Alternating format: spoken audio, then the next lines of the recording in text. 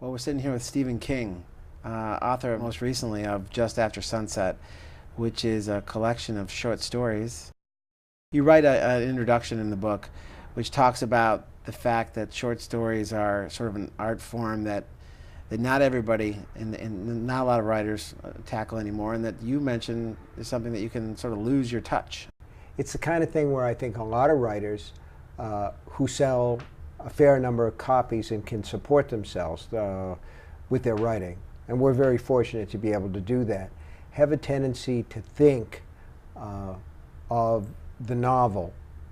And once you get your mind set on the novel, it's very easy to lose whatever trick it is that involves writing the short story.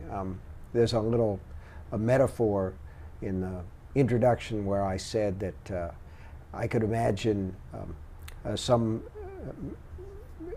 craftsman from the Middle Ages forgetting how to make Toledo steel and just looking sort of sadly at a botched job and saying, I really used to remember how to make this stuff. And I think too that the novel is a quagmire that a lot of younger writers stumble into before they're ready to go there.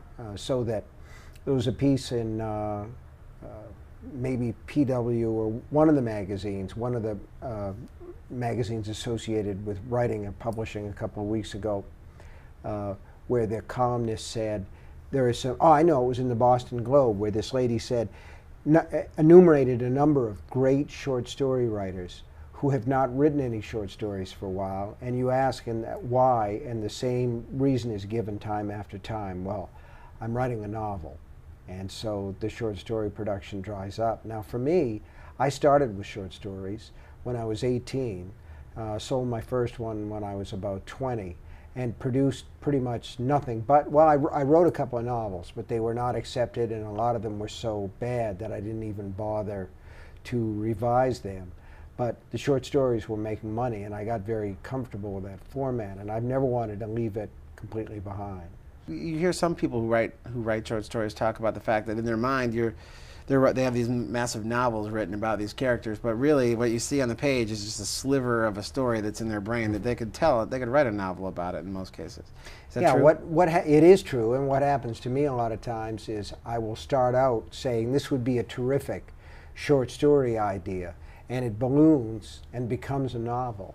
Misery started as a short story, and Gerald's Game started as a short story. Those were things that I thought would be small and grew to a size where they would be a novel. But on the other hand, there's a story in, there are three stories in Just After Sunset that are fairly long. They're in the 22 to 25,000 word length, which would make them novellas. There's one called A Very Tight Place. There's another one called The Gingerbread Girl that was done in Esquire. Mm-hmm. And there is Anne, which has not been published before. And in fact, Anne was submitted to the New Yorker, and I had a sense that they thought about the story very seriously and sort of wanted it for the New Yorker, but finally what they came back with was, this is just too long for the market. So that can present a problem. There really is that length of 22 to 25,000 words is kind of a twilight zone for writers. It's too short to be a novel, but it's too long to be a short story. And the real short stories that very talented short story writers like Raymond Carver are able to write.